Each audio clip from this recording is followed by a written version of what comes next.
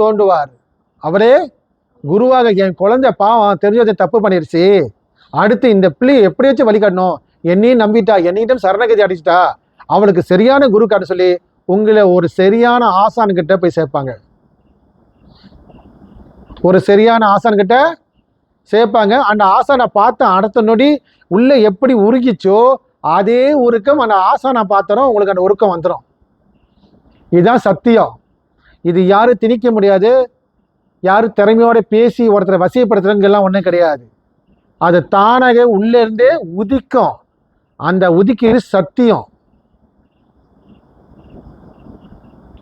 அந்த ஆசான்கிட்ட சேர்ப்பாங்க. ஆனால் இங்கே நம்ம மனதில் எப்படி இருக்கு, நாளைக்கு ஒருத்தர் வந்துட்டாரா, யாரோ ஒருத்தர் வந்துட்டாங்களா, ஓ அவர் என்னமோ இங்கே தொட்டு இங்கே என்னமோ குண்டலினி ஏற்றுறாரு, இங்கேருந்து என்னமோ ஜோதியை காட்டுறாரு, இங்கேருந்து ஏதோ ஒரு பொருளை சாப்பிடலாம், இந்த வித்தையை பார்த்தோன்னா உங்களுக்கு மதி மயங்கி உங்ககிட்ட 4 பேர் 10 பேர் அங்கே போயிட்டு வந்தவங்க உங்களை மண்டை கழுவாங்க.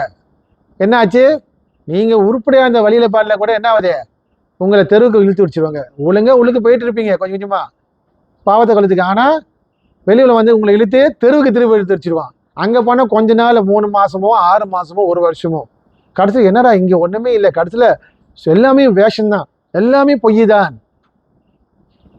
சத்தியத்தை பார்க்க மாட்டீங்க. நீங்கள் அதுக்குள்ளே இன்னொரு 100 பேரை பேசி விட்டுருவீங்க. போச்சு, உங்களால முடியாமல் இன்னும் 100 பேரை நாசமாக்கிட்டீங்க. தானும் சரியில்லாமல் அடுத்த சரியில்லாம இதான் நடக்குது இந்த சமுதாயத்தில். இப்போ இருக்கிற சூழ்நிலை இதான் நடந்துக்கிட்டு இருக்கு. அதனால முதல்ல நீங்கள் உங்களுக்கு நீங்கள் விசுவாசமாக இருக்கீங்களா, நீங்கள் உங்களுக்கு மூல பக்தியாக இருங்க. ஏமாறம் இருக்கிற வரைக்கும் ஏமாற்றம் இருந்துக்கிட்டு தான் இருப்பான். அந்த ஏமாற்றம் பற்றி நீங்கள் குறை சொல்லிக்கிட்டே இருக்கீங்க, அதுவே தப்பு. ஏமாறம் இருக்கிறக்கும் ஏமாற்றம் இருந்துட்டு தான் இருப்பான். நீங்கள் ஏன் ஏமாறீங்க? ஏமாறதுக்கு காரணம் ஏன்? ஆசை. ஏமாறதுக்கு காரணம் ஒன்னே தான், ஆசை.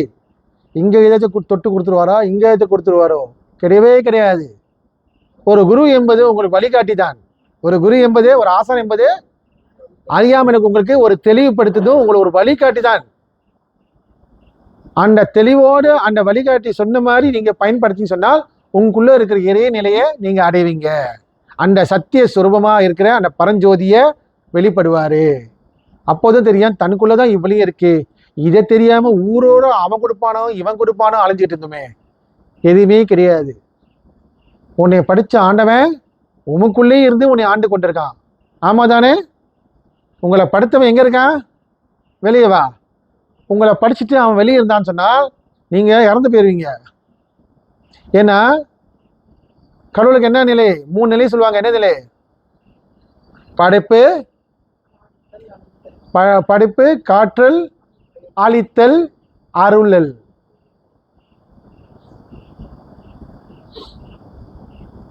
கடவுள் எப்படி இருக்காரு? படைத்தல், காற்றல், அழித்தல், 3 தொழில் செய்கிறாரு.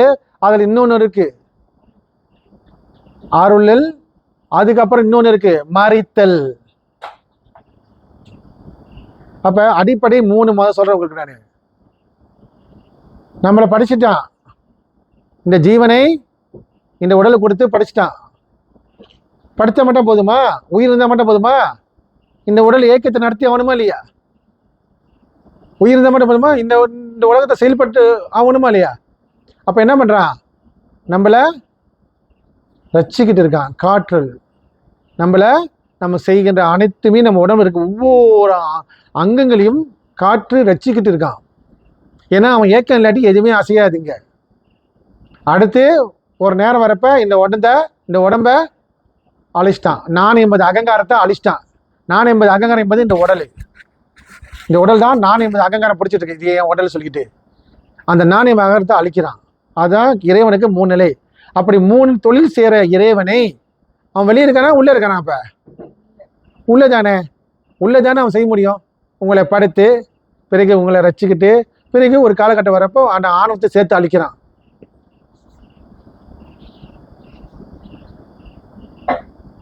அடிப்படை இந்த 3 தொழில். அப்போ அவன் வெளியே இருந்து செய்ய முடியும் அந்த வேலையா? முடியாது. உங்களுக்குள்ளே தான் நடக்குது. உங்களுக்குள்ளே உதிச்சு, உங்களுக்குள்ளே மலர்ந்து, உங்களுக்குள்ளே அமைதியாயிருங்க.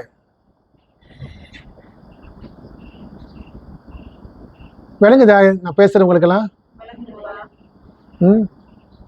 நிச்சயமாக நிறைய அன்பர்களுக்கு, இந்த ஆன்மீக தேடலுக்கு இந்த விஷயம் ரொம்ப பேத்துக்கு இது புரிய வரணும், அவங்க புரியணும். அதுதான் நான் கடவுள்கிட்ட பிரார்த்தனை பண்ணுறேன். உள்ளே இருக்க கடவுளை நிராகரித்து வெளியே கடவுள் எங்கேயும் இருக்கு சொல்லி தேடி ஓடிக்கிட்டே இருக்கான் காலங்காலமாக. அது அவனோட அடையாளம் காட்டுறதுக்காக தான் வெளியுள்ள வழிமுறைகள்லாம் எதுக்கு வச்சாங்க? தன் இறைவன் எங்கேயும் இருக்கு, இறைவன் உனக்குள்ளேயும் இருக்குது என்பது அடையாளம் காட்டுறதுக்காக தான் இந்த முறைகள்லாம் கொடுத்தாங்க. அதாவது எதுவுமே தவறு கிடையாது. ஆனால் அதிலே நிற்கிறான் பார்த்தியா, அதுதான் பிரச்சனை. அவனோட புரிதல் அதோட நிற்கிது, அதுதானே வேதனையாக இருக்கு. அதனால அவனுக்குள்ளே அவன் செல்ல வரணும், அவனுக்கு தெரியணும் இந்த படைத்தல், காத்தல், ரச்சித்தல் அனைத்தும் அவனுக்குள்ள தான் ஆரம்பிக்குது. அப்ப கடவுள் உள்ளதானே இருக்கணும். உள்ள இருக்க இறைவனை இன்னி வரைக்கும் அடையாம இருக்கும், உணராம இருக்கும். அது ஒரே வழி, பக்தி மூலியமா தான் முதல்ல அடைய முடியும். பக்தி தான் இதுக்கு மூல காரணம். அந்த பக்தி மூலியமாக குரு கொடுக்கிற உபதேசம் வழியாக, தீட்சை வழியாக அந்த பயணத்தை தொடர்ந்தீங்களா சொன்னால் மிக சுலபமாக சிறப்பாக அடைவீங்க.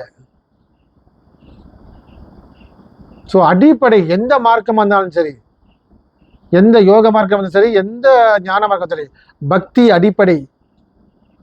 பக்தியில ஒரு தீயில எல்லாத்தையும் எரிச்சிடும், சாம்பலாக்கிறோம் நம்ம அகங்காரத்தை. அதனால தான் போல சொன்னேன், பாடுபட்டு அகங்காரத்தை விட சொல்லி. ஆனா அகங்காரக்குள்ள அகங்காரம் உருவாக்கிட்டே இருக்கும். ஆனா பக்தியில இந்த அகங்காரம் ஒரு நிமிஷ நேரத்துல காணா போயிருது. அதனால எந்த யோகம் செஞ்சாலும் சரி, எந்த மார்க்கமா இருந்தாலும் சரி, அதுல உங்களோட பக்தி ரொம்ப முக்கியம். பக்தி விசுவாசத்தோட செஞ்சா மட்டும்தான் உங்களுக்கு பலன் கிடைக்கும்.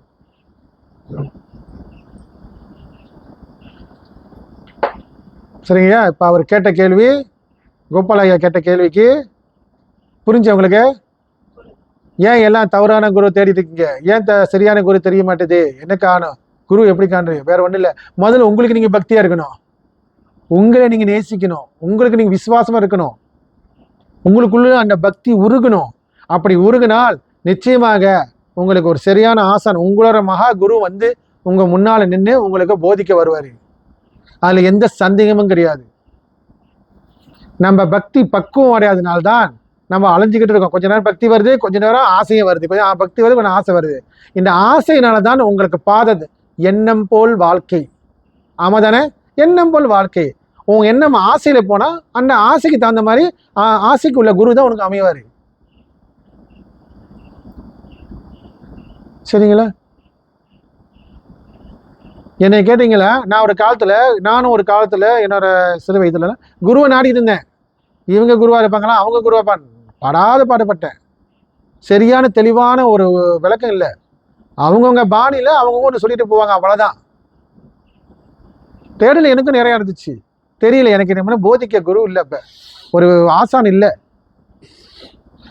அப்போ ரொம்ப தட்டழிச்சிட்டேன். அவங்கவுங்க ஆளுக்கு ஒரு குரு சொல்லிக்கிட்டு ஆளுக்கு அவங்க பாணியில ஒரு செஞ்சுக்கிட்டு, ஆனா ஆசையில மிதங்கிட்டு இருப்பாங்க எல்லாரும். நிறைய ஏமாற்றங்கள், நிறைய வேதனைப்பட்டேன். நானும் தவறு யாரு மேல? கடவுள் மேலையா? என் தேடல் மேலையா? அங்க நான் என்ன புரிஞ்சுக்கலதா, என் பக்தி எந்த ஆளும் தெரியல எனக்கு. ஏன்னா பக்தின்னு பேரால அவன் கொடுப்பான இவன் கொடுக்க, ஆனா அந்த பக்தியில உள்ளுக்கு உருகி போகல. அதுக்கு பிறகு நான் உணர்ந்த பிறகு உருகுவேன். ஆலயத்திலையும் சரி, எங்க போனாலும் சரி, கடவுளை பார்த்து உருகுவேன், மனதால உருகுவேன். எனக்கு வழிகாட்டி, எனக்கு புரியல, எனக்கு தெரியல, மனதால உருகினேன். அந்த மனதால உருக உருக உருக முழு பக்தி நிலைக்கு இட்டு செல்றப்பதான் சரியான ஆசான் வந்து அமைஞ்சாங்க. அதுவும் சூட்சமமாக வந்தாங்க. பாருங்க பக்திக்கு எவ்வளவு வலிமை. பக்திக்கு நீங்க நினைக்காதீங்க இந்த வெளியே இருக்க உடல்ல ஒரு ரீதியில தான் நம்ம குரு வருவார் மட்டும் நடிச்சிடாதீங்க. குரு என்பது ஞானம், குரு என்பது அறிவு. அந்த அறிவு உள்ளே இருந்தே உதிக்கும். பல கோடி சித்தர்கள், 18 சித்தர்களும் பல ஞானிகளும் நம்மளுக்கு அறிவு சொருபமாக இருந்து நமக்கு உள்ளே இருந்தே போதிப்பாங்க. அந்த குருமாருக்கு தான் நம்மளுக்கு வெளியே தோட்டத்திலையும் யாரோ ஒரு மனித ரூபத்துல வந்து நம்மளுக்கு அவங்க மீண்டும் வெளியே, ஏன்னா நமக்கு என்ன சரியா பக்குவம் படாதனால வெளியே ஒரு உருவம் தேவைப்படுது.